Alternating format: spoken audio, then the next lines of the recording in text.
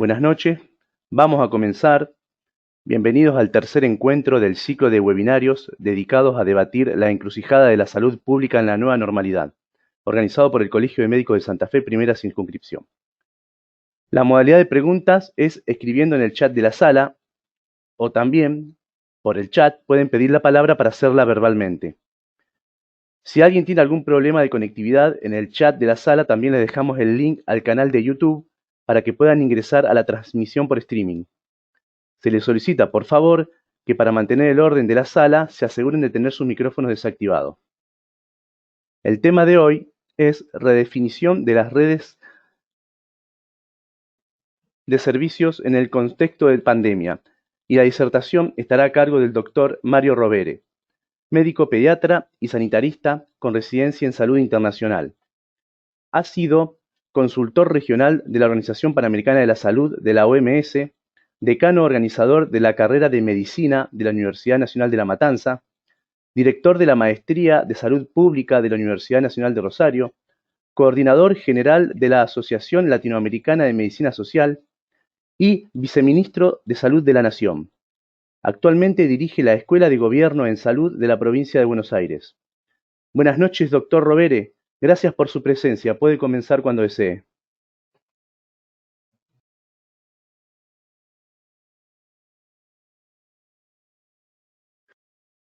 Bueno, muy buenas tardes a todos y a todas. La verdad que muchísimas gracias por la invitación.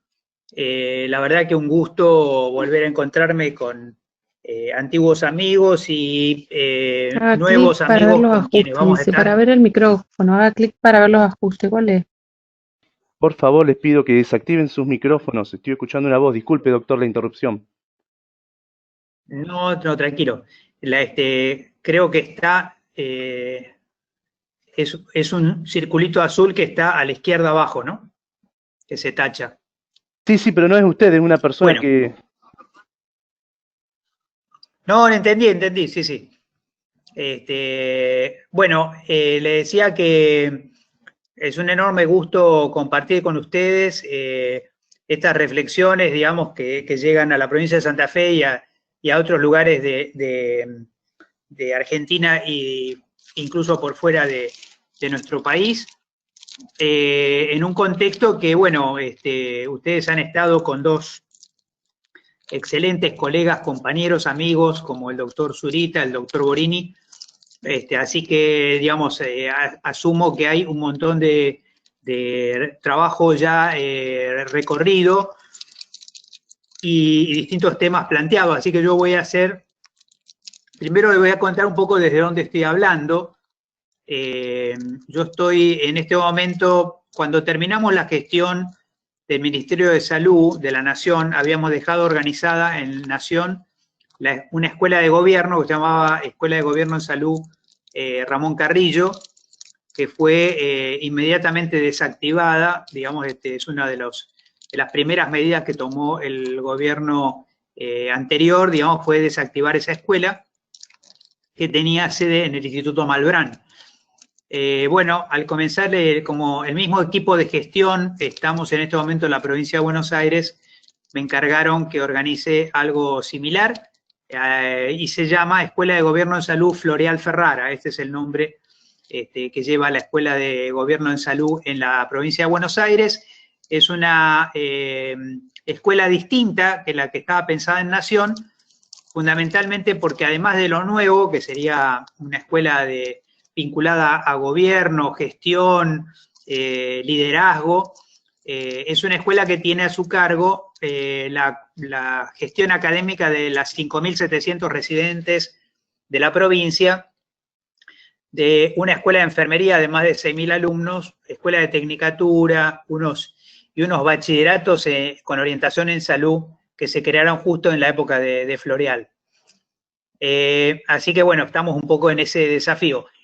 La escuela que iba a ser era una antes del coronavirus. Después del coronavirus nos ha tocado otros roles, con lo cual estoy de repente también involucrado en temas rarísimos que a lo mejor les puede resultar de interés en algún momento, como el uso de plasma de convaleciente, digamos, o la comunicación social en salud, que son digamos, campos de conocimiento que no eran los más fuertes o los más desarrollados en mi experiencia en la salud pública.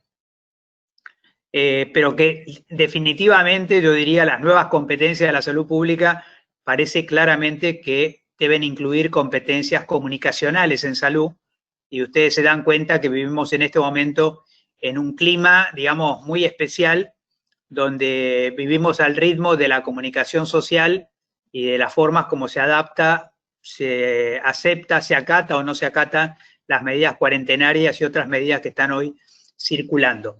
Así que estoy un poquito, voy a hablar seguramente de algunas cosas muy con las manos en la masa y otras un poco más alejado, dándole una pequeña perspectiva histórica, digamos, a esto que estamos viviendo.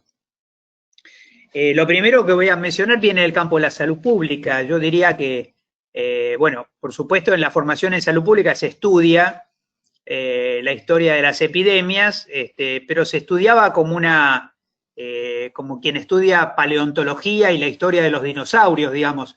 Se lo estudiaba como algo que ocurrió en el pasado y nunca más iba a ocurrir, digamos.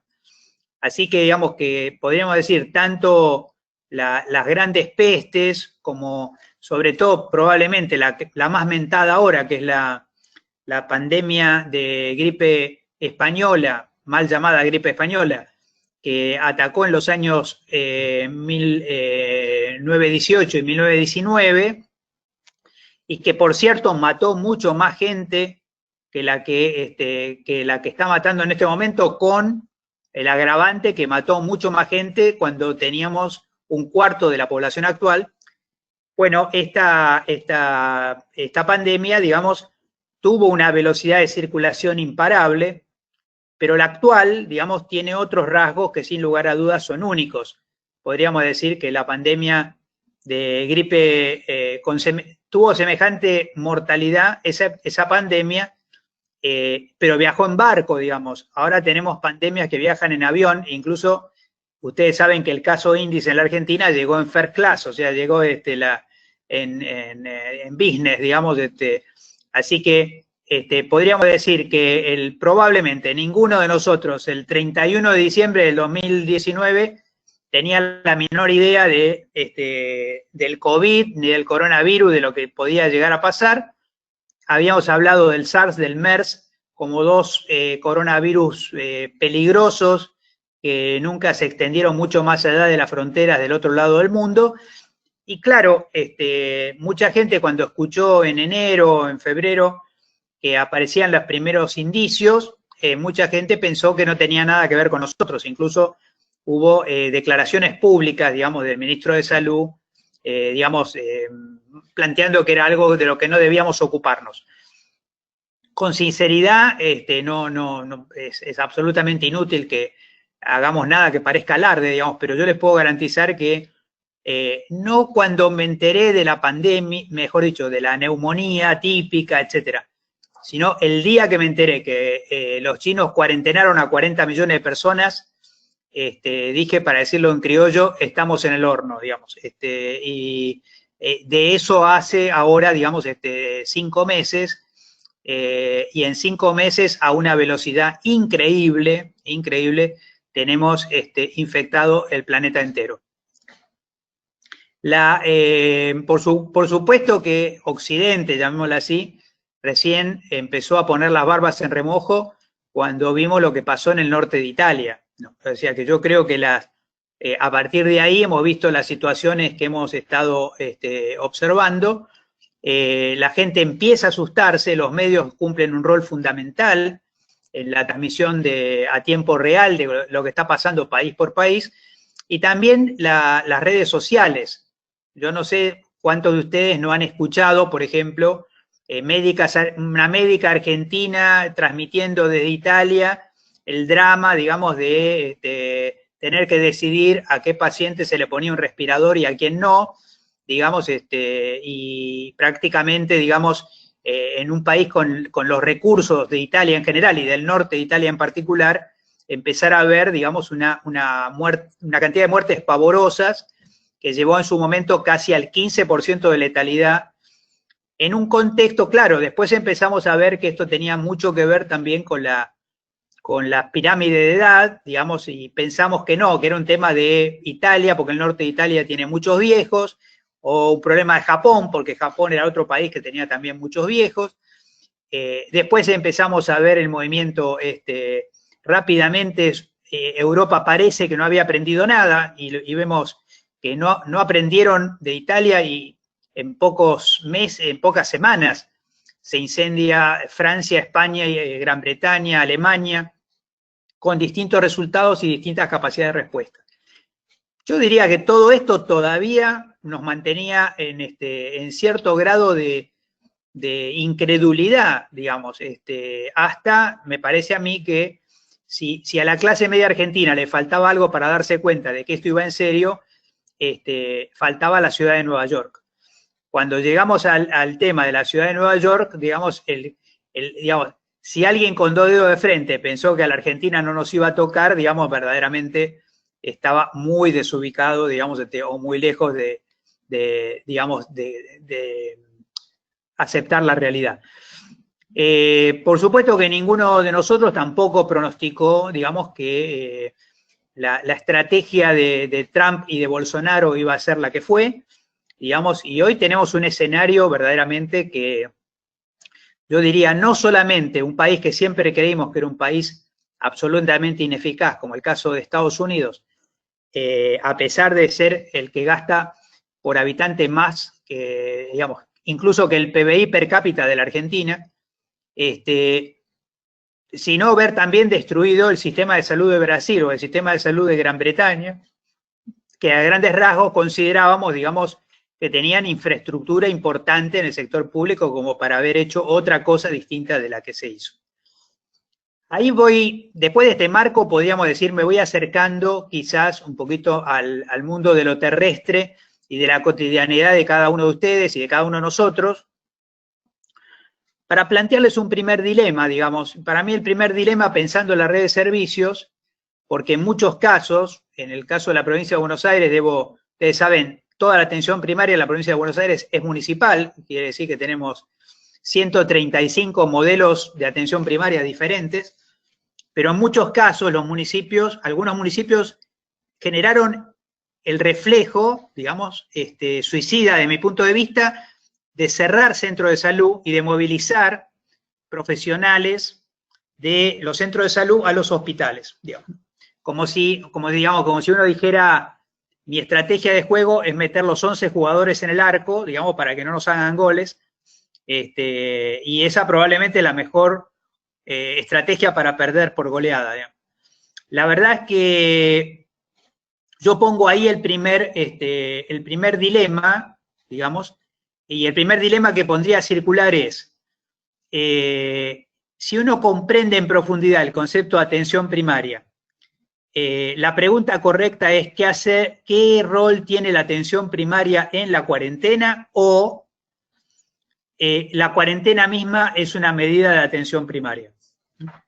Es decir, que porque de lo contrario nos quedaríamos con esta definición más simple o sencilla de que la atención primaria es el primer nivel de atención y luego, digamos, no, la verdad es que la reconversión va a llegar incluso a la propia redefinición de qué cosa es la atención primaria en el contexto de coronavirus, y ahí aparecen cosas, si uno quiere, digamos, puede decir, bueno, hoy tenemos, en vez de tener agentes sanitarios, como planteaba Alvarado, tenemos hisopadores, digamos, que están metiéndose en los barrios, haciendo testeos, digamos, de pacientes en barrios populares, en instituciones, en geriátricos, hasta en frigoríficos, digamos, porque aparecen como los lugares donde hemos visto más casos de lo que podría llamarse la epidemiología de clúster o la epidemiología de racimo, donde de repente se te agrupa un número importante de personas. Villa de emergencia, frigoríficos, geriátricos, cárceles, escuelas, cuando funcionan, etc. Sobre este marco aparecía un poco también entonces la definición de qué es la atención primaria, y además una pregunta que por el momento se está haciendo todo el país, o por lo menos del país sanitario se está preguntando, que es a qué atribuir las diferenciales brutales que se están dando entre el área metropolitana de Buenos Aires y el resto del país. Esto, digamos, puede tener muchas explicaciones, digamos, pero yo creo que la más importante, habiendo trabajado muchos años con Santa Fe y muy particularmente con Rosario, es que yo me animo a decir con total, digamos, impunidad, después ustedes me pueden criticar, digamos, no existe la más mínima vocación de atención primaria, digamos, como política pública, ni en la ciudad de Buenos Aires, ni existió tampoco, digamos, en la provincia de Buenos Aires a grandes rasgos. Más allá del movimiento de médicos generalistas, distintas iniciativas transversales o de base, digamos, pero en términos de política pública, digamos, yo diría, no sé, el 70%, en la provincia de Buenos Aires, el 70% de las personas que llegan a un centro de salud llegan en transporte público, digamos, o sea que ni siquiera son centros de proximidad, digamos, y hay categorías profesionales enteras que nunca han pisado un centro de salud, de lo cual en la provincia de Buenos Aires una enfermera trabajando en un centro de salud es un lujo impagable, con lo cual cualquiera que tiene una enfermera disponible la va a poner en un hospital. Creo que es muy diferente de lo que pasa en el resto del país, lo hemos dicho desde siempre, yo he tenido, ustedes saben, práctica de sanitaria y pediátrica en la provincia de Salta, digamos, y soy muy consciente de que de una manera u otra la ideología del modelo Alvarado atravesó 22 de las 24 jurisdicciones, digamos, y uno encuentra cierta ideología de agentes sanitarios, digamos, desde Salta, Jujuy, Chaco, hasta Tierra del Fuego y Santa Cruz. Y cuando uno va a buscar dónde nunca en la vida, digamos, se les pasó eso por la cabeza, es la ciudad de Buenos Aires y la provincia de Buenos Aires. Ahora, lo que evidentemente empieza a pasar es que existen muchos modelos y están desde quienes aparece una nueva contradicción. El coronavirus es una oportunidad de replegar o de desplegar la atención primaria. Y esto es nosotros vemos las dos cosas, o sea, vemos municipios que no solamente han desplegado, sino que además han articulado con muchísimo con desarrollo social y muchísimo también con salud ambiental, digamos, generando un modelo de atención primaria que sale a dar respuesta, porque hay sectores de la población donde cuarentena, digamos, sin suplemento alimentario, cuarentena sin condiciones mínimas para cuarentenar, resulta absolutamente algo imposible o inviable, digamos. Entonces, digamos, la atención primaria va a llegar ahí, digamos, tanto hisopando como llegando a la alimentación, y le podría decir que el 0800 que tiene la provincia de Buenos Aires, o más bien el asterisco 147, digamos, con el cual uno se comunica por el coronavirus, tiene un 65% de llamados vinculados a alimentos. O sea, que la gente llama porque no tiene alimentos, no porque tiene fiebre o porque tiene signos de coronavirus. Yo sé que, y ya me ha pasado más de una vez en la historia sanitaria, que cuando hablo de Buenos Aires transfiero una especie de Babel, digamos, que puede estar muy lejos de la realidad de cualquiera de ustedes en los territorios. Pero, sin embargo, si uno mira la curva de Estados Unidos y ve cómo atónito miraba el resto de Estados Unidos lo que pasaba en Nueva York, hoy esos mismos estados que miraban a Nueva York ven ahora a Nueva York casi sin casos y ven la dificultad de enfrentar esta pandemia, me refiero, qué sé yo, Arizona, Nueva México, Florida, California, etcétera, que están hoy todos juntos generando más casos que lo que generó Nueva York. Hoy Estados Unidos tiene 65.000 casos diarios de coronavirus y están viendo ustedes que el área metropolitana pasó de 95% de los casos a 90%, digamos, y provincias como Jujuy, digamos, tenemos alguna pista incluso de que está denunciando sus casos al CISA, digamos, pero bueno, este no es el tema específico de ahora. Así que digamos que podríamos decir, digamos, levante la mano el que está seguro que no se va a enfrentar a este monstruito en las próximas semanas o en los próximos meses. Ahora, evidentemente la Argentina ha hecho un esfuerzo increíble, y el esfuerzo increíble no es solamente la cuarentena, digamos, que yo creo que se comunicó, se instaló, se implementó de una manera muy razonable y generando un consenso político que, más allá de las grietas y de las estrategias, creo que es un consenso político que nunca antes, yo por lo menos no recuerdo un consenso político de esta magnitud alrededor de la salud pública en la Argentina. En ese consenso hay que tomar en cuenta que los costos económicos, sociales, políticos, hasta geopolíticos que toma la Argentina son tan grandes que incluyen cosas que casi ya nos parece, ni pensamos en eso, pero digamos, la Argentina no tiene tráfico aéreo, no tiene ómnibus de larga distancia, digamos. Miren ustedes, porque hay ahora aplicaciones que le permite a usted ver todos los aviones que están en este momento en el mundo, van a ver que el único territorio del planeta que está sin aviones en el espacio aéreo es Argentina y el Cono Sur, digamos. El resto del planeta está claramente volando como si no pasara nada, específicamente Estados Unidos, digamos, con más de 3.000 aviones en el aire al minuto que a ustedes les dé la gana ir a ver el tráfico aéreo de Estados Unidos. Nunca paró el tráfico aéreo norteamericano, a pesar, digamos, de que ya supera los 2 millones de casos. Ahora, cuando nosotros el día de hoy mismo estuvimos haciendo como una especie de balance de cómo estamos enfrentando hasta el día de hoy algo que también vale la pena compartir, digamos, que nosotros tenemos en este momento, la Argentina tiene de las letalidades más bajas del mundo, digamos, la Argentina está por debajo de la letalidad de Corea del Sur, que a su vez es considerada una letalidad muy baja. Corea del Sur tiene 2.15 de letalidad. Recuerden que Italia o Gran Bretaña llegaron a tener arriba de 16% de letalidad, pero Argentina tiene 1,98 y la provincia de Buenos Aires 1,61 de letalidad. ¿Cómo se logra esa letalidad? Bueno, se logra a través de una estrategia de guerra, digamos, se organiza como si fueran trincheras. La primera trinchera, y esto no es una cosa que, poner así, lo inventamos nosotros, esto es más viejo que Lebel y Clark, digamos. O sea, se organiza directamente como con niveles de contención y de atención. La primera es tratando de que las personas, obviamente, no se contagien, que sería básicamente la cuarentena y las otras medidas, uso de barbijo, cierre de espacios públicos, etcétera.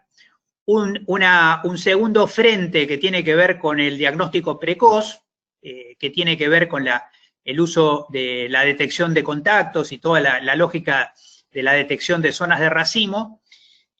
Un tercer frente que es ya con respecto a los sospechosos y a los positivos asintomáticos o de baja clínica, la generación de un número muy importante de camas de bajísima complejidad. La provincia de Buenos Aires no tiene, como tiene la ciudad de Buenos Aires, la posibilidad de tener una cantidad enorme de hoteles vacíos, muchos de los cuales además están siendo financiados por la ciudad de Buenos Aires, mandándole pacientes, digamos, la provincia de Buenos Aires, en cambio, ha tenido que organizar internación de baja complejidad digamos, en gimnasios, digamos, en universidades mismas, la Universidad de Quilmes, por ejemplo, y ahora en Tecnópolis, digamos, donde hay 2.000 camas de baja complejidad organizadas a la espera, digamos, de una curva que parece imparable si les digo la cifra de ayer. No tengo la cifra de hoy todavía, y para tranquilidad mía espero no tenerla antes de que termine esta clase. Porque cada número mete más miedo que el anterior. La verdad es que la impresión es que una vez que tenemos esa estructura y tratando de que los hospitales no sean el lugar de la internación de baja complejidad o de asintomáticos, hemos llegado a tener, al principio era así, o sea, teníamos gente internada por las dudas porque había dado positivo, que leía el diario, atendía el celular y que se iba dentro de la sala, caminaba por la sala, digamos, y la gente ni sabía por qué estaba internada. Ahora no, ahora los hospitales están básicamente con pacientes ya con síntomas un poco más importantes, y se va organizando los hospitales por un sistema que podríamos llamar de cuidados progresivos del paciente. De vuelta uno podría decir que hay de nuevo, esto es más viejo que Nightingale, digamos, fue el formato que usó en la guerra de Crimea para bajar la letalidad de los soldados en las barracas de la sanidad británica. Entonces, lo que sí empieza a aparecer es que se lanzan ensayos, digamos, de múltiples medicaciones posibles, aleatorias, ensayos clínicos muy rápidos, todos los cuales se pueden hacer solo sí y solo sí. Es ensayos sobre medicamentos que están aprobados por el ANMAT. Entonces, digamos, solo nosotros tenemos arriba de 15 ensayos clínicos en camino, hasta que yo sepa ninguno ha dado resultados, digamos, contundentes, valederos o ni siquiera promesas importantes a nivel argentino. Después a nivel mundial dicen que sí, pero en cambio de eso, sí tenemos dos herramientas que nos parecen importantes de compartir. Una es que la provincia de Buenos Aires, en su infraestructura, pudo desarrollar una red muy amplia de uso de plasma de convaleciente. Nosotros en la provincia ya tenemos más de 600 casos, más de 600 transfusiones de plasma de convaleciente, digamos, a pacientes que se les aplica básicamente en el momento en que el paciente saldría del piso, saldría de clínica, con comienzo de signos de dificultad respiratoria, básicamente, digamos, cuando satura menos de 92%, para decirlo de una manera gráfica. Es más complejo que eso, pero no, nos vamos a entender ahí. Y el otro punto que también la bibliografía mundial parece haber comprobado es que el último, aún los pacientes que están con respirador en situación más extrema, mejoran en el orden de unos 10 puntos su pronóstico de letalidad con el uso de dexametasona, digamos, en el tramo final. Probablemente muchos creen que porque tiene la capacidad de inhibir lo que se llama la tormenta de citoquinas, digamos, que sería una especie de sistema de autoagresión por el cual al cuerpo se le va la mano en defenderse y se termina atacando a sí mismo. Bueno, todo esto está un poquito atrás de la pregunta, digamos, ¿por qué tenemos una letalidad baja en la República Argentina? Ahora, ¿hasta cuándo podemos tener una letalidad baja? Bueno, podemos tener una letalidad baja hasta tanto haya capacidad de respuesta en los servicios de salud. Y como ustedes se dan cuenta, probablemente no sea comunicacional y éticamente lo más importante, o lo más importante sería no enfermarse, sería encontrar otras formas, pero hoy la verdad es que lo que sabemos es que al momento en que la Argentina desborde su capacidad de respuesta en servicios de salud, la letalidad va a empeorar, digamos. O sea, es necesariamente, porque podríamos decir, es lo que ha pasado en Europa, lo que ha pasado cuando se te viene todo junto, digamos. Así que nosotros, en términos generales, diríamos, cada día que la curva se presente amesetada es un día de fiesta, digamos, porque ya sabemos que la cantidad de casos no va a parar, digamos. El problema es a qué velocidad la máquina es capaz de deglutir, digamos, semejante cantidad de casos, y cuando te vienen todos juntos, no hay con qué atajarlos. Esto te lleva a números, digamos, o sea, si uno mira el problema de Italia, sobre todo, digamos, o de Gran Bretaña, el problema no es la cantidad de casos, sino el problema es la cantidad de casos dividido por el número de días en que le llovió, ¿no? Lo mismo que las inundaciones, el problema no es cuánto llueve, sino cuánto llueve todo junto. Entonces me parece que eso exactamente es lo que nos está pasando en el abordaje de esta enfermedad.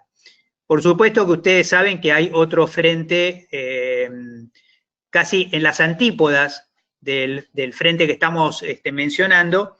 Hay otro frente muy importante, generalmente se lo plantea como el argumento anticuarentena masticado desde adentro mismo del sector salud, que es el tema de la salud mental. O sea, ¿qué pasa con la salud mental de un país, de una ciudad, de una región, viviendo en cuarentena 130 días seguidos, digamos? Bueno, hay resultados paradojales de esto. problemas de salud que se han resuelto o por lo menos que no han, digamos, problemas relativamente leves de salud mental que han mejorado en vez de empeorar, digamos, otros problemas que han empeorado, temas que podemos medir como temas extremos, como el caso de violencia o el caso de feminicidios, el mismo tema de las adicciones, que es muy genérico, porque están las adicciones a las sustancias, digamos, ilícitas, pero también están otras adicciones, y hasta uno percibe, digamos, que el desborde de los runners y todo lo demás también indica, digamos, que el ejercicio físico era una adicción, digamos, así como el shopping también parece que era una adicción. Así que hay muchas adicciones, digamos, que estaban reprimidas y que ahora seguramente en cuanto se levanten cuarentenas van a ser objeto de desborde, digamos, y desborde aquí, el desborde de hoy se paga en casos dentro de 10 días y se paga en muertos dentro de 20, digamos. Y esa es más o menos la lógica que estamos viendo en este momento. O sea, como si vos manejaras una locomotora, cuando apretás los frenos hoy y frena dentro de 5 días, digamos. Entonces, estamos manejando ese vehículo desbocado de la mejor manera posible. También ustedes habrán visto que, por supuesto que existen diferencias sustantivas entre la ciudad, la provincia y los malabares que hace la Presidencia de la Nación para tratar de armonizar esas dos cosas. Creo que los resultados son bastante loables si uno lo mira en términos macropolíticos. Después en la micropolítica no, porque la provincia de Buenos Aires paga un costo enorme por la liberalización de la ciudad de Buenos Aires, y lo paga además, digamos, con digamos, 10 veces más población y 10 veces menos infraestructura sanitaria. Digamos. Pero solamente para que ustedes tengan una idea, digamos, un solo municipio como La Matanza tiene más población sin cobertura de obras sociales que toda la ciudad de Buenos Aires junta. Y La Matanza tiene 3 hospitales, y la ciudad de Buenos Aires tiene 33 hospitales.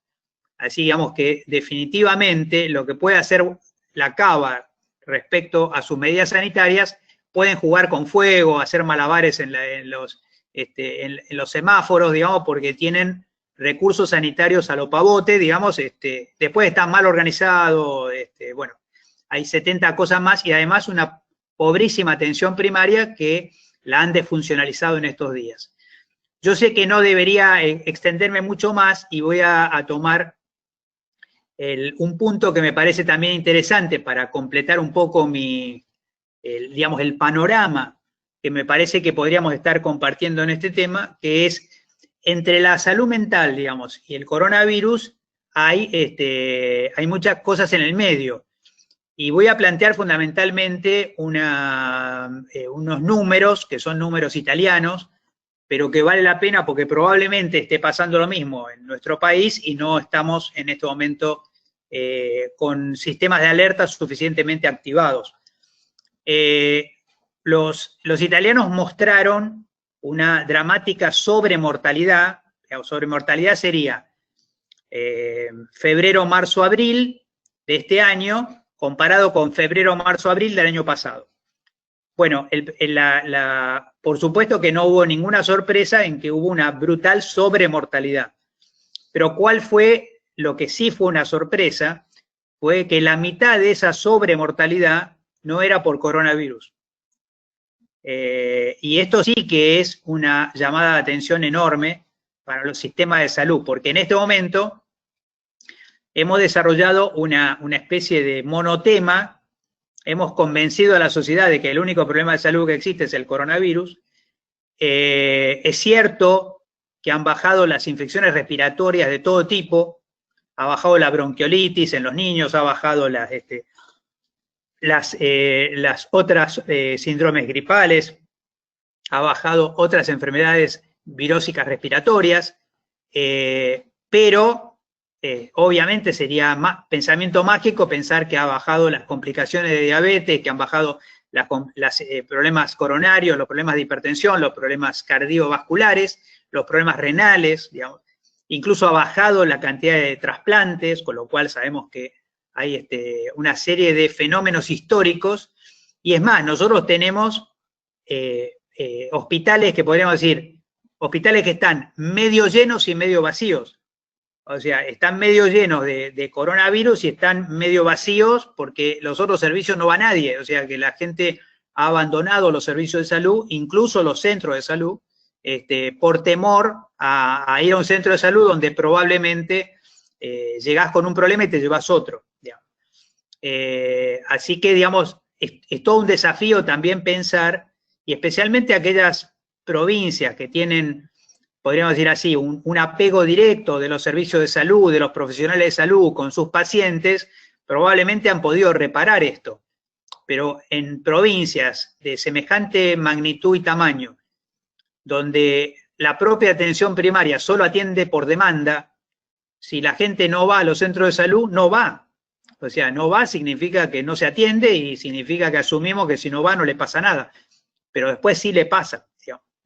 Así que yo creo que me parecía a mí que podía comentarles que hoy la red de servicios está, digamos, totalmente redefinida, está circulando de formas,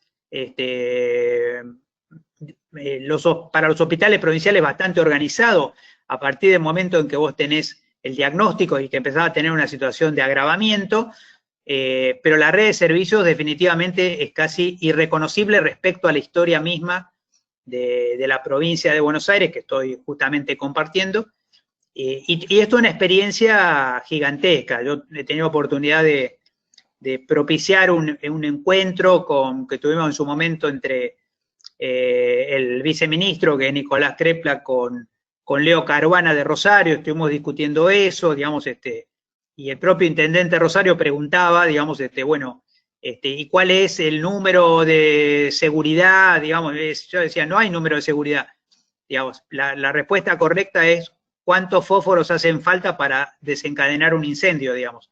Si tenés un caso, ya no tenés franja de seguridad. Me refiero a un caso activo, pero, digamos, me parece que ya no hay provincias prácticamente que estén vírgenes de esta pandemia. Estamos haciendo una gran, no me siento ni contento ni orgulloso de esto, pero estamos haciendo una gran experiencia en la provincia, y lo que me tocó a mí en particular es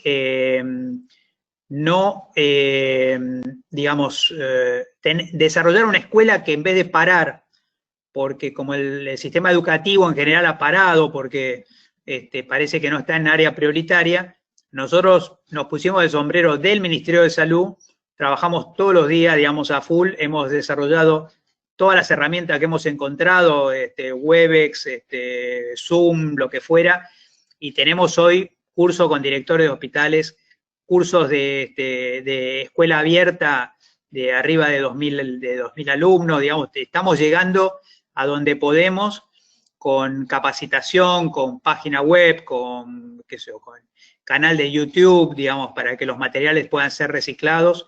Por supuesto, todo ese material es un bien público global. Ustedes van a un canal de YouTube, dice Escuela de Gobierno en Salud, todo lo que está ahí es disponible. Son 50 videos ya de la actividad que se hizo este año y que la pandemia no logró parar. Y creo que ya dije por último, pero yo digo por último varias veces, les agregaría que una pequeña reflexión sobre el frente mediático. Yo tengo más o menos un rol, no sé, podríamos decir de tercero o cuarto como comunicador en la provincia, digamos, o sea, que comunica primero, por supuesto, el gobernador, el ministro, el viceministro, etcétera, pero estamos más o menos, lo que nos ha llevado a, qué sé yo, a programas de C5N o a programas o a algunas radios, digamos. A mí en general no me ha tocado mucho radios enemigas, digamos, pero la verdad es que es una tarea incesante la explicación a los periodistas de lo que está pasando. Es una tarea en la que uno no puede desmayar, digamos, o sea, hay que seguir trabajándolo, fatigándolo, explicando una y mil veces en qué circunstancias estamos metidos, porque los que verdaderamente construyen bueno, García Linera lo decía en estos términos, decía, hay que ir a la conquista del sentido común, digamos, y la conquista del sentido común puede ser, literalmente hablando, digamos, que la gente sigue, podríamos decir, no sé, para decir algo extraño, me tocó hablar con Chiche Hellblum, digamos, o con el gato silvestre, digamos, bueno, vos lo que tenés ahí es la sensación que, digamos, por un lado,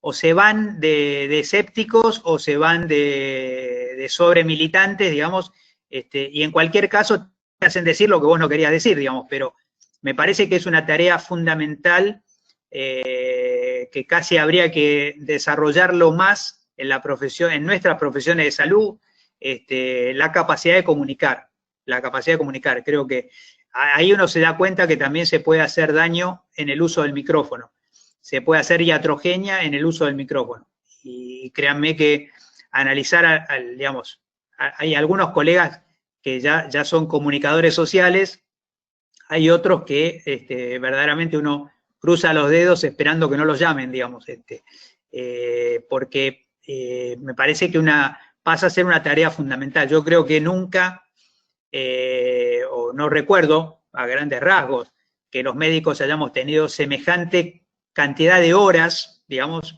de presencia en los medios de comunicación. Esto puede ser muy bueno, muy malo, o bueno, qué sé yo. El tiempo dirá, digamos, cuánto se ha construido desde ahí y cuánto no. Pero yo hoy les diría que en una concepción ampliada de atención primaria a la salud, incluyan el rol de comunicar, digamos, de hacer comunicación en salud. Digamos, no, yo creo que ya no me imagino, digamos, volviendo a encarar una propuesta de formación en salud pública sin incluir un capítulo sólido de comunicación en salud como parte de la competencia de los profesionales que se quieran formar a futuro en este campo de la salud pública. Respecto digamos, las residencias de medicina general en la provincia están pasando también momentos difíciles por todo esto que les acabo de comentar, porque en algunos lugares han desplegado, en otros lugares han replegado, hay municipios que han desplegado pero que no le han dado equipos de barrera a los colegas, digamos, que trabajan ahí, en realidad al equipo de salud en general, y bueno, creo que, digamos, no sé exactamente si me pude acercar un poco a la expectativa, a lo mejor me superpuse mucho con las conversaciones que ya han tenido con Zurita o con Borini, digamos, pero esto era lo que me parecía que más, podríamos decir así, es casi un reporte desde adentro mismo de la ballena, contándole la intimidad, digamos, de lo difícil que se está poniendo en el que hoy es el lugar más caliente de la pandemia en la República Argentina. Así que bueno, me parece que creo que estuve más o menos razonable en el tiempo y si les parece bien pasamos a las preguntas o a los comentarios o a las opiniones que quieran compartir. Sí, doctor. Sí, ya tengo algunas preguntas que han ido ingresando. Bien. Le hago la primera. En un segundo. La doctora Adriana Luso le pregunta, ¿cuál es su opinión acerca del abuso sexual y la violencia en este contexto de pandemia? Bueno, consolidar una opinión sobre esto, yo diría, digamos, fundamentalmente que las familias disfuncionales forzadas a la convivencia, la cuarentena necesariamente ha agravado la situación, digamos, o sea que no tengo la más mínima duda. Y además, en términos generales, digamos, podríamos decir, probablemente relaciones muy disfuncionales estaban disimuladas justamente porque la gente pasaba poco tiempo en su casa. A mí me parece que los feminicidios son la punta del iceberg. Yo no tengo duda, digamos, de que familias disfuncionales han aumentado o han tenido, digamos, contexto de sobra como para agravar lo que en general podría llamar las patologías del vínculo, ¿no? Es decir, todos aquellos problemas que nacen de las relaciones vinculares y que tienen solamente como punta del iceberg la violencia extrema o las heridas o los crímenes, pero que no tengo duda que la violencia familiar y doméstica se ha exacerbado. Perfecto, doctor, muchas gracias. La siguiente pregunta es del doctor Emilio Romano.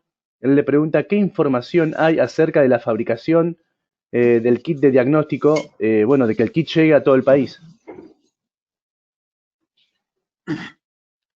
Bueno, ustedes saben que uno de los grandes, bueno, la Argentina ha hecho una inversión en salud en esta etapa descomunal, digamos, y una de ellas, por ejemplo, son los sistemas diagnósticos, los hisopados con PCR, digamos, son verdaderamente prestaciones refinadas y costosas, y quiero mencionar, por ejemplo, que hay países vecinos, como el caso de Chile, donde los hisopados y las PCR se cobran, digamos, entonces, digamos, verdaderamente acá hay una inversión del sector público enorme, y lo que yo tengo en este momento visualizado es que los kits diagnósticos o sea, se están buscando técnicas nuevas todo el tiempo. Una de ellas, por ejemplo, es el uso de una especie de kit grupal, digamos, donde se hace análisis de un conjunto de personas para chequear, digamos, si están positivas o no. Si ninguna da positivo, entonces se descarta. Si una da positiva, o sea, si da positiva la muestra, después se tiene que ir a buscar adentro de ese grupo, pero ahorra muchísimo tiempo porque hoy, por ejemplo, todos los diagnósticos de PCR están en el orden de los 3 o 4 días de demora. Y, por ejemplo, una de las explicaciones que tenemos ahora con los fallecidos es que si una persona fallece con diagnóstico dudoso, el estudio se demora a veces semanas porque los laboratorios priorizan los estudios de los pacientes que están vivos, por razones obvias, pero lo mismo está pasando con problemas con las obras sociales, que de repente tienen criterios de estudio, de hisopado, casi por cuestiones de marketing, digamos, o por presión de los afiliados, pero no por indicaciones sanitarias. Todo eso está complicando enormemente la velocidad de los diagnósticos. Cada vez se está buscando técnicas, incluso tenemos técnicas de fabricación nacional que están mejorando mucho la capacidad de respuesta. Yo veo que la provincia no es mi área, pero le diría está todo el tiempo recibiendo propuestas, ideas, proyectos, desarrollos tecnológicos. Estamos muy abiertos a eso. Gracias, doctor. La siguiente pregunta es de Mario Jacob. Él le pregunta, ¿las enfermedades crónicas pueden aumentar su letalidad debido a la falta de consulta? ¿Tienen números al respecto? No, lamentablemente los números que tengo son estos que ya comenté del norte de Italia, y les decía, digamos, en el norte de Italia, la mitad de la sobremortalidad, o sea, calculen, digamos, que Italia ha tenido una letalidad, digamos, del 14% en los casos de coronavirus, una cantidad gigantesca de muertos, del orden, digamos, de los 23, 25 mil fallecidos. Si ustedes le calculan que solo la mitad de la sobremortalidad es por coronavirus, tenemos que decir que hay otros 23.000 fallecidos por motivos no coronavirus, digamos. Así que, digamos, definitivamente creemos que esto es de enorme gravedad. Y por otro lado, recuerden, sobre todo en los sectores populares, en los sectores de clase media alta, el principal factor de riesgo es la edad, pero en los sectores populares no. En los sectores populares, fenómenos como enfermedades crónicas, obesidad y pobreza, hipertensión mal controlada, digamos, son motivo para que haya mucha mortalidad por debajo de los 60 años. La Matanza hoy tiene 25% de los fallecidos son menores de 60 años. Gracias, doctor. La siguiente pregunta es de Mariano Fernández. Hola, doctor. Quería consultar qué opina acerca de exportar pacientes desde las localidades con mayor número de casos a la de menor número de casos. ¿Considera que es una opción válida y factible?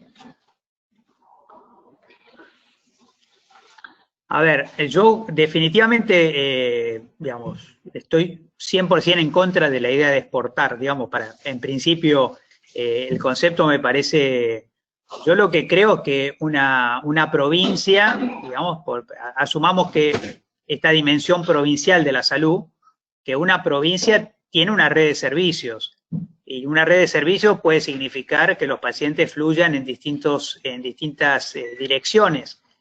No creo que la red de servicio solamente tenga que hacerse de la periferia al centro, por decirlo así, digamos, porque muchas veces depende de las características de la situación. Así que a mí no me extrañaría, no nos ha pasado, pero es muy probable que pase, que nosotros tengamos derivaciones, así como hay derivaciones, digamos, de municipios chicos a grandes. Si tenemos desbordados los grandes, si hay capacidad en los chicos, que se haga al revés, digamos.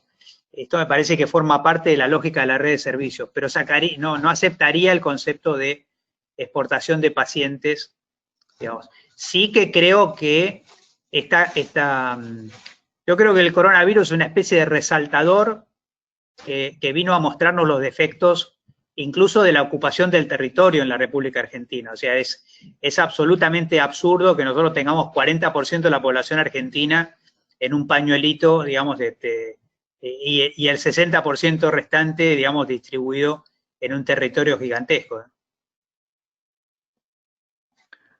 Muchas gracias, doctor, por su respuesta. La siguiente pregunta es de Elvio Vila. ¿Cómo le parece que podemos mejorar la competencia comunicativa de los futuros médicos y de los docentes que participamos de la formación de los mismos? Bueno, primero creo que hay que ponerlo en escena, o sea, hay que saber que estas cosas nos pueden ocurrir. Yo creo que las competencias comunicacionales no se limitan a las situaciones extremas o sea, cualquiera que se forme hoy en una carrera de comunicación social sabe que, digamos, la comunicación en los medios es un caso extremo, digamos, pero podríamos decir, digamos, hoy sería indivisible hablar, digamos, de qué manera uno podría pensar la histórica educación para la salud, digamos, disociada de la comunicación social, digamos, ¿no? O sea, hoy hay competencias imprescindibles vinculadas al uso del diseño gráfico, a la semiología del discurso, al análisis de los medios de comunicación, hasta la selección de las palabras, porque hay personas, podríamos decir, la palabra es muy poderosa y así como tiene poder para sanar, también tiene poder para enfermar. Esto requiere, digamos, un cuidadoso análisis de cómo comunicamos, incluso cómo incomunicamos, porque también sabemos que las ciencias de la salud, la medicina y otras profesiones tenemos también un lenguaje propio que a veces es el principal motivo por el cual no nos entienden en un medio de comunicación, digamos, ¿no? Yo digo, digamos, que la gente empieza a tener, digamos, nuevos síntomas, digamos, se agrega los síntomas que ahora la gente tiene un enantema. Digamos, yo voy a un medio de comunicación y digo, ahora hay un enantema, digamos, y la gente me mira como, o sea, no te entiende nadie de qué estás hablando, digamos. Y creo que hay mucho de eso, digamos, que está buenísimo, digamos, que el lenguaje médico sea parte de la formación, pero también está buenísimo saber que eso nos comunica y nos incomunica. Disculpen si gasto un minuto más en la respuesta, pero es una anécdota real. Nosotros, después de un año teníamos muchos estudiantes que eran la primera generación de estudiantes universitarios en su familia, en la Universidad de La Matanza, y le preguntamos a los alumnos qué les había pasado en su casa al fin del primer año de medicina. Y la respuesta casi universal de los alumnos fue, nos dicen que hablamos raro. O sea, llegué a la conclusión de que el primer año de medicina es un curso de lenguaje, digamos, ¿no? Para aprender otro idioma, que se llama algo así como médico básico, pero la población no hace ese curso. Así que ahí ya tenemos el primer problema, que es el problema de el lenguaje interno que nosotros usamos que nos comunica y nos incomunica al mismo tiempo. Muchas gracias, doctor. Doctor, el siguiente es un comentario de la fonoaudióloga Carolina Campra. Ella dice, excelente Mario. Como fonoaudióloga creo en el rol de la comunicación en la salud, en los servicios sanitarios, en la salud pública. Es fundamental para todo desarrollo estratégico, ya sea en un consultorio y en una estrategia colectiva. La siguiente pregunta es de Mariano Fernández. ¿Considera apropiado detener absolutamente la formación de médicos en formación? Por ejemplo, estudiantes en su último año. ¿No cree que sería adecuado y estratégico continuar con la formación por si el día de mañana se necesitan más médicos? Totalmente, totalmente. Y no es simplemente que lo creas. El día de ayer hicimos una reunión con todos los decanos de facultades de medicina que tienen su sede en la provincia de Buenos Aires. Son 7 universidades públicas que tienen medicina en la provincia de Buenos Aires. Y hablamos exactamente de eso. La UBA hizo una oferta interesante que fue considerar darle créditos de la práctica final obligatoria a los que están haciendo voluntariado por el COVID. Pero verdaderamente, mi reflexión es, es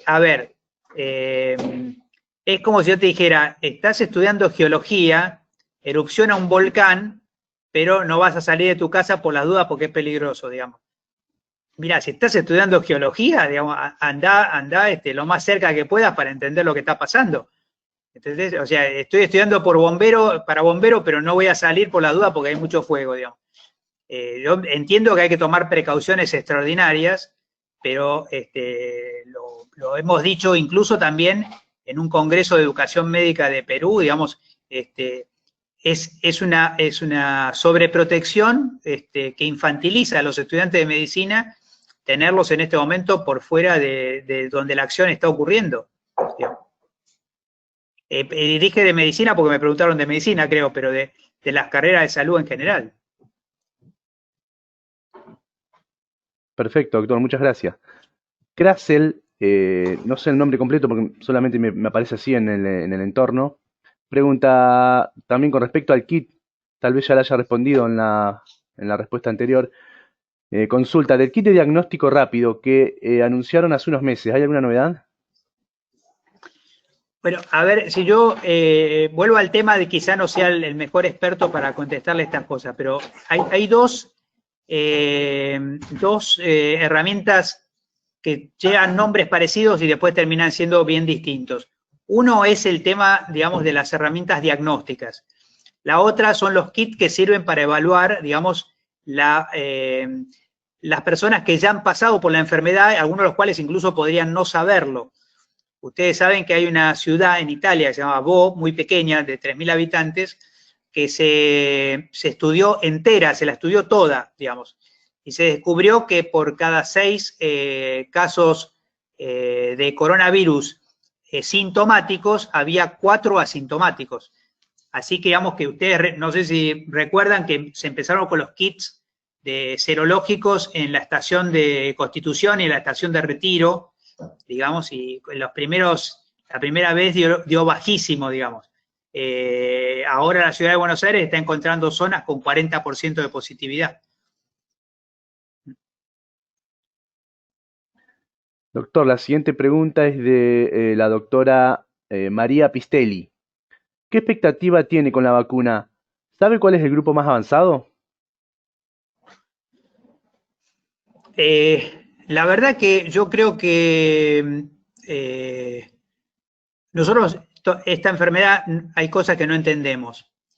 Le cuento una, por ejemplo. Nosotros tenemos un 0800 para donantes de plasma.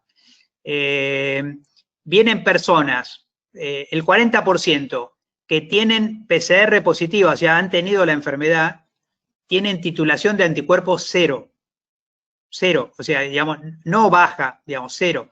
Y hay que, para poder ser donante, hay que tener una titulación mínima de 1 en 400.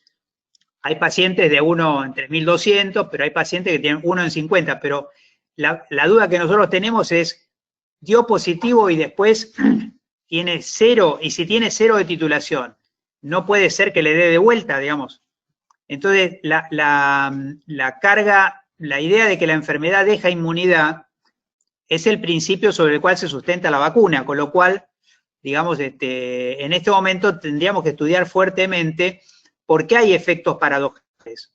En general, las enfermedades y la vacuna se comportan en forma razonable, pero ha habido ejemplos, lamentablemente, de que se descubrieron después de la gran escala. El caso más grave fue la epidemia de la vacuna de dengue, que fue no solamente un fracaso, sino una iatrogenia masiva que ocurrió en Filipinas, porque en vez de proteger a la población, digamos, generó mayor cantidad de población con riesgo de dengue grave, digamos. O sea, la vacuna solo servía para los que ya habían tenido dengue y no servía para los que no habían tenido, que los expuso más que antes a que en la primera experiencia con dengue fuera directamente un dengue grave. Así que, digamos, en principio no sabemos lo suficiente de la enfermedad. Ahora, respecto a las vacunas, yo creo que ahí juegan también los medios, no solamente la calidad de los laboratorios. Es obvio que por una cuestión de prestigio y una cuestión de monopolio mediático, la vacuna de Oxford va a salir, digamos, con un laboratorio norteamericano, va a salir primero en punta, aunque venga retrasada, digamos. Brasil hoy está haciendo pruebas en San Pablo con una vacuna china, digamos, pero es China, digamos, así que en principio le va a afectar todo lo que uno piensa que viene de China. O sea, si nosotros tenemos barbijos N95 que los equipos de salud no querían usar porque venían de China, digamos, ¿no? Entonces, bueno, es un fenómeno muy raro. Yo creo que ahí no compite solo la ciencia, sino también las herramientas de difusión de la ciencia que tienen los distintos países. Gracias, doctor. La siguiente pregunta es de Dante Rubio. Él le pregunta si considera que se comenzó muy temprano el confinamiento, lo que produjo un agotamiento de la sociedad que hace que afrontemos el peor momento de la pandemia en malas condiciones mentales y sociales. La verdad es que sociológicamente puede ser, estadística y matemáticamente no, porque digamos, cuando uno trabaja, cuando uno habla de montarse o de domar una curva, digamos, la pregunta que habría que hacerse es, si uno va para atrás y piensa, por ejemplo, digamos que en el primer mes no se hubieran tomado las medidas que se tomaron, hoy la curva sería otra. O sea, hoy estamos, me acaban de pasar los datos, 5.000, lamentablemente, 5.782 casos nuevos y 98 fallecidos, digamos. Quiere decir que lo de ayer no fue un error o una acumulación de casos, digamos, o sea, concretamente empecemos a acostumbrarnos a 5.000 casos por día, digamos. Entonces, ¿qué significa? Si no hubiéramos tomado las medidas que tomamos, hoy estaríamos en 10, 15 o 20.000 casos por día, como le pasa a Brasil, digamos, o le pasa a Estados Unidos. Entonces, digamos, si uno mira para atrás, no hay justamente medidas demasiado prematuras en epidemiología y en estadística. Si me lo preguntan en perspectiva social, sociológica, económica, política, puedo coincidir, pero digamos, también estaríamos hoy con un número de fallecidos muy distinto del que tenemos. Excelente, doctor. Y la última pregunta que tengo por el momento de forma escrita es de la doctora Marcela Kloster. Ella dice, bueno, si muchos lugares exigen hisopados para acceder a una prestación, por ejemplo, una cinecoronariografía, a personas sin síntomas y sin contexto epidemiológico, ¿no podría el Estado pronunciarse al respecto? Es como que se agrega una barrera económica al paciente, ya que las obras sociales no lo cubren.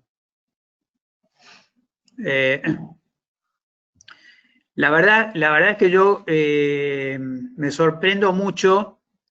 Primero diría, muchos de los estudios afectan directamente al sector público, porque hay muchos hisopados que se hacen en el sector privado, pero la PCR la hace el sector público. Y el sector privado se la cobra al paciente, digamos, y no le paga al sector público.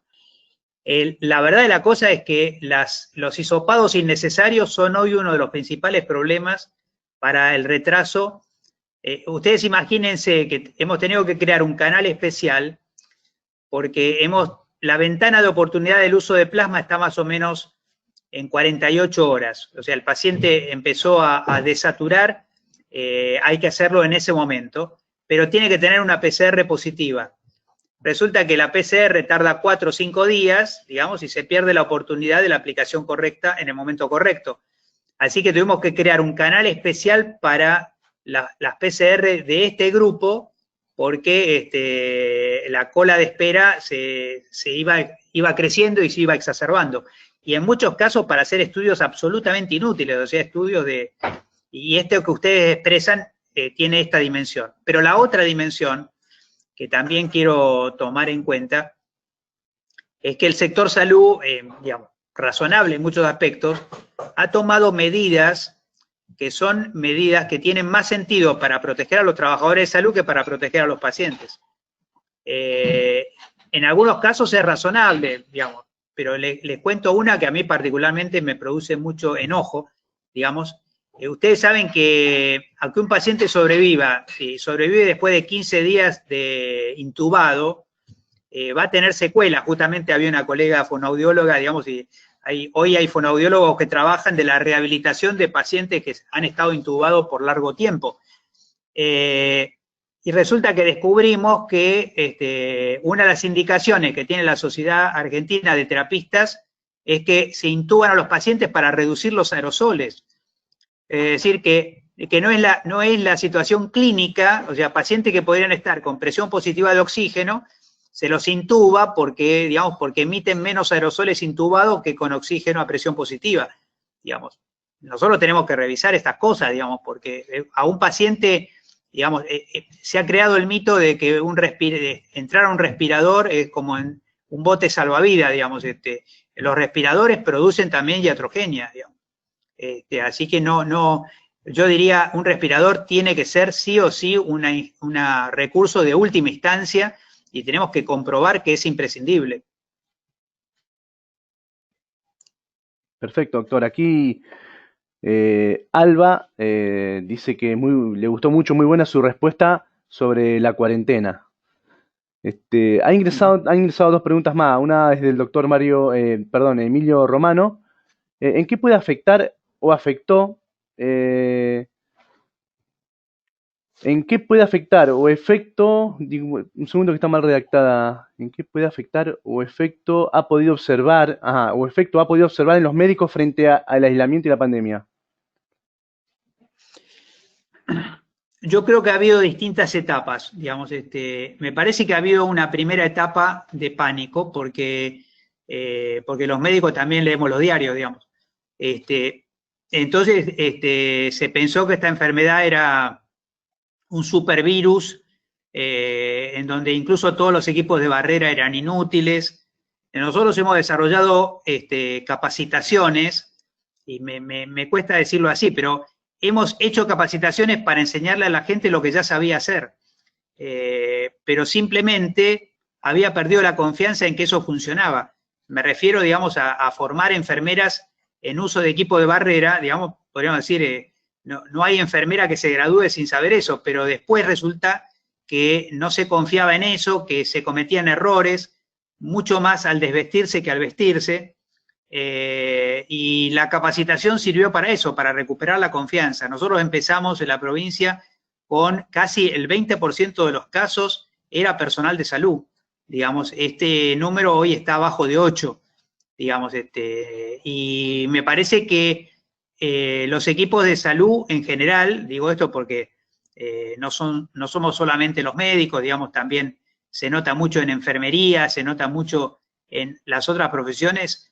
Hemos aprendido mucho y yo creo que una de las causas de la baja de la letalidad, la curva argentina es muy rara porque es la única curva que hemos visto donde la letalidad llegó a subir al 5,5% y ahora está abajo de 2.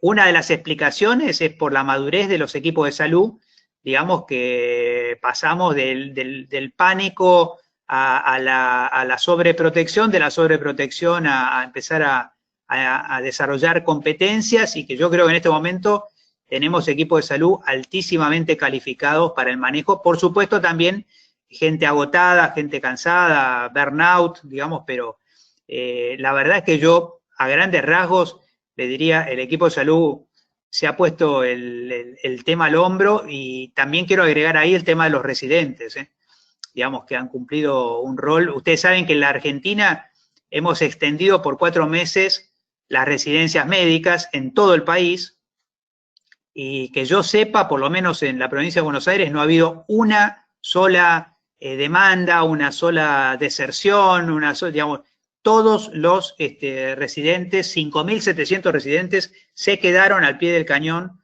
digamos, enfrentando el lugar que les tocaba a cada uno. Muchas gracias, doctor. Han ingresado 2 preguntas más. Una es de la nutricionista Rocío Hernández. Gracias por este espacio, dice en principio. Y después le pregunta a Mario, ¿cuál es su opinión o reflexión sobre los nuevos negociados entre China y Argentina con respecto a la instalación de una nueva factoría de cerdos, y con ello la futura posibilidad de mayores eventos pandémicos o más conflicto social, sin mencionar el impacto climático? Bueno, me van a meter en un problema, digamos, porque una de las factorías importantes pertenece al ministro de Salud de la Nación, así que no quiero tomar muchas declaraciones al respecto, pero no, yo creo, miren, todo esto también tiene una explicación en el campo de la salud pública. China, no solo China, sino el sudeste asiático, ha tenido una tremenda zoonosis que fue anterior a este coronavirus, y que algún ecólogo en algún momento quizá encuentre la conexión, pero digamos, China y el sudeste asiático han sacrificado decenas de millones de cerdos, digamos, siendo el cerdo una proteína fundamental de la dieta del sudeste asiático. Así que no me cabe la menor duda, digamos, de que China está buscando en todo el mundo reponer ese stock, digamos, de cerdos una vez que superó esta increíble, llamaríamos panzoonosis, porque es una zoonosis que se extendió por varios países. Digamos, la verdad es que si es un negociado o no es un negociado, digamos, en fin, yo, digamos, no tengo mucho afecto por los negocios, así que, digamos, no podría llegar exactamente a la palabra negociado, pero sin lugar a duda hay una razón material por la cual China está desesperado buscando proteínas animales, digamos. Muchas gracias, doctor. Y la última pregunta que tengo es del doctor Marco Sturla. ¿Qué intervenciones en salud mental le parece que deberían considerarse como estrategia preventiva, y específicamente en los usuarios de salud mental en este contexto de pandemia? Y bueno, la verdad es que no, la verdad es que primero no soy un experto, digamos, en el campo de la salud mental, así que quizás muchas cosas que voy a decir son de oídas, de gente que he escuchado, digamos, en este tiempo. La provincia ahora tiene una especie de viceministra de salud mental y prevención de adicciones, y con ella estamos trabajando mucho. Primero, digamos, los equipos de salud mental tuvieron un rol en trabajar el clima institucional de los propios servicios de salud. Tuvieron un rol interesante, trabajando un poco el miedo y trabajando los malentendidos, digamos, adentro de los servicios de salud. La ley de salud mental está en plena vigencia. Hoy, digamos, la República Argentina, si se hubiera cumplido la ley, tendría que estar cerrando antes de fin de año todos los hospitales monovalentes. O sea, deberíamos quedarnos sin manicomios en la República Argentina. Creo sinceramente que eso no va a ocurrir. Y probablemente lo más interesante, y creo que la pregunta seguramente iba para ahí, tiene que ver con el tema de la salud mental comunitaria, es decir, que el desarrollo de equipos que trabajen a nivel comunitario, vinculados fundamentalmente con estas situaciones y problemas que ustedes ya han detectado, como es el caso de la violencia familiar, digamos, y tenemos situaciones. Yo tampoco soy muy afecto a la medicación en salud mental, pero sé que en algunos casos funciona o es necesario, pero después Ha habido situaciones específicas donde los pacientes no tenían acceso a la medicación, han estado cuarentenados. La cuarentena muchas veces tenía que ver con que a lo mejor había delivery de medicamentos, pero no estaban las recetas y los medicamentos bajo receta no se lo vendían. Es decir que hay una increíble cantidad de factores para repensar la salud mental en el contexto de pandemia. Yo creo que la ley de salud mental sigue siendo una buena herramienta organizadora, y creo lo que está en el sustrato, que una reforma profunda de la salud mental requiere más competencias en salud mental de los hospitales generales, requiere equipos de salud mental comunitaria, digamos, afiatados, y una mayor articulación adentro del equipo de salud, entre el área de salud mental y el resto del equipo de salud. Excelente, muchas gracias, doctor. Tengo muchos agradecimientos de todos los asistentes. Adriana Luzo, excelente charla, felicitaciones. El doctor Emilio Romano también, gracias, doctor Robert, felicitaciones.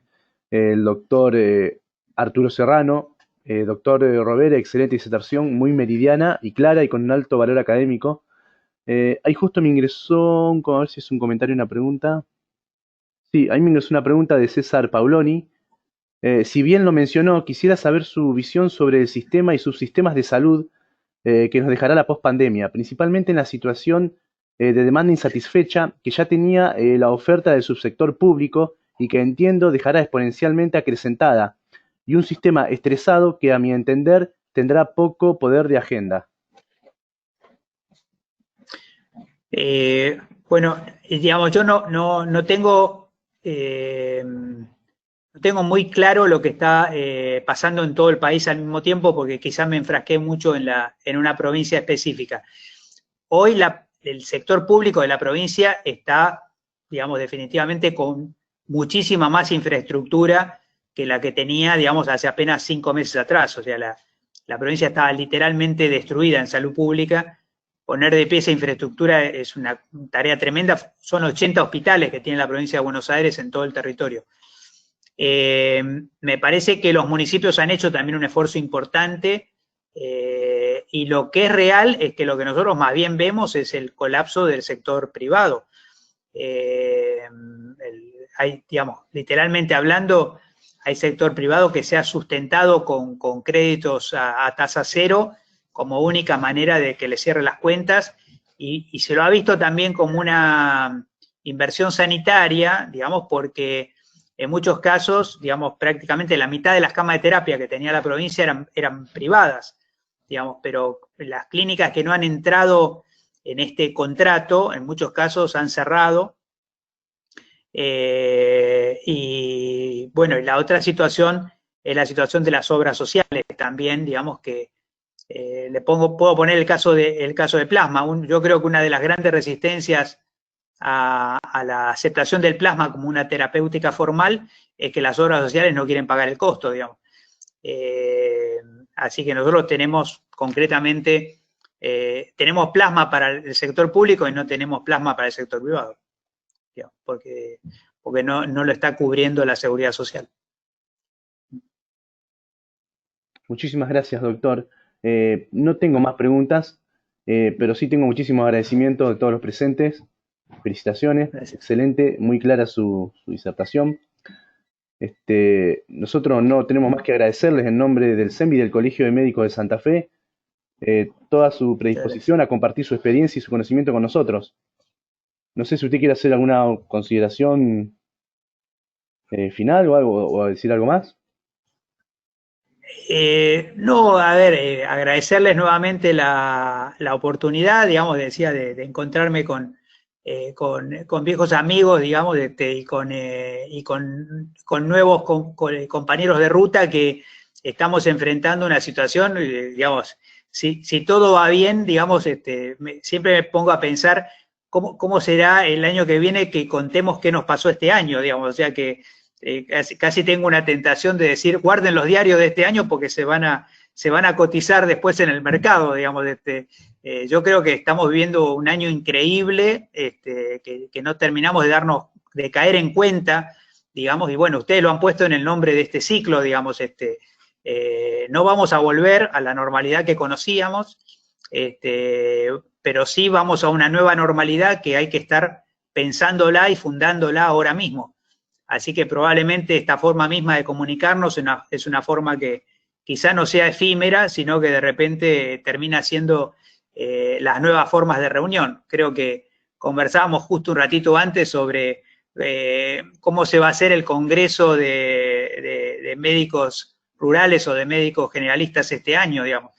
Estamos todos pensando estas cosas y bueno, esto creo que es pensar la nueva normalidad porque las necesidades son las mismas, tenemos necesidad de encontrarnos, tenemos necesidad de compartir, tenemos necesidad de dialogar, digamos, y bueno, lo haremos por el momento lejos de los abrazos, pero cerca de los afectos. Muchísimas gracias, doctor. Le reitero, tengo un Bueno, montón de agradecimientos por el chat. De César Pabloni, excelente. Gracel también. Miriam Fauda, muy claro como siempre. Excelente exposición, doctor Rovere. Es muy grato, como siempre, poder escucharlo, Adel Armando. Muchísimas gracias, doctor. Le vuelvo a agradecer en nombre de este Colegio de Médicos de Santa Fe. Esperamos contar de nuevo con su presencia en este ciclo. Muy agradecido, ¿eh? al contrario, a la orden. Muchísimas gracias a ustedes. Hasta luego, doctor.